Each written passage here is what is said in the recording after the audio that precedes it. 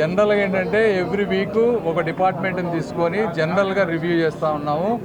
ముఖ్యంగా మేము last 2-3 months నేను వచ్చినప్పటి నుంచి కానీ లేకపోతే లోకల్ ఎమ్మెల్యేల దృష్టిలో కానీ గవర్నమెంట్ హాస్పిటల్లో చాలా ఇష్యూస్ ఉన్నాయి. ఏసీలు పనిచేయకపోవటం కానీ, ఎలివేటర్స్ పనిచేయకపోవటం కానీ, లేకపోతే ల్యాబ్ టెస్టులకి పేషెంట్లు గంటలు వెయిట్ చేయటం కానీ, లేకపోతే కొంతమందిని ఇక్కడ ల్యాబ్ టెస్టులు ఉన్నా ఒక్కొక్కసారి లేవని చెప్పి వేరే వాటికి పంపించడం కానీ, ఇట్లా multi parking issues, sanitary issues, లేకపోతే పేషెంట్కి పెట్టేటువంటి ఫుడ్ మీద ఉన్నటువంటి ఇష్యూస్, రకరకాల చాలా ప్రాబ్లమ్స్ ఉన్నాయి.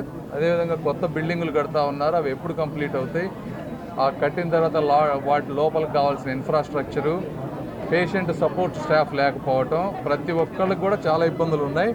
ఇవన్నీ ఏంటంటే 2014-19 మధ్య తెలుగుదేశం పార్టీ చేసినటువంటి కొన్ని విధానాలని తీసివేయటం, దీన్ని పూర్తిగా పట్టించుకోకపోవడం వల్ల ఎక్కువ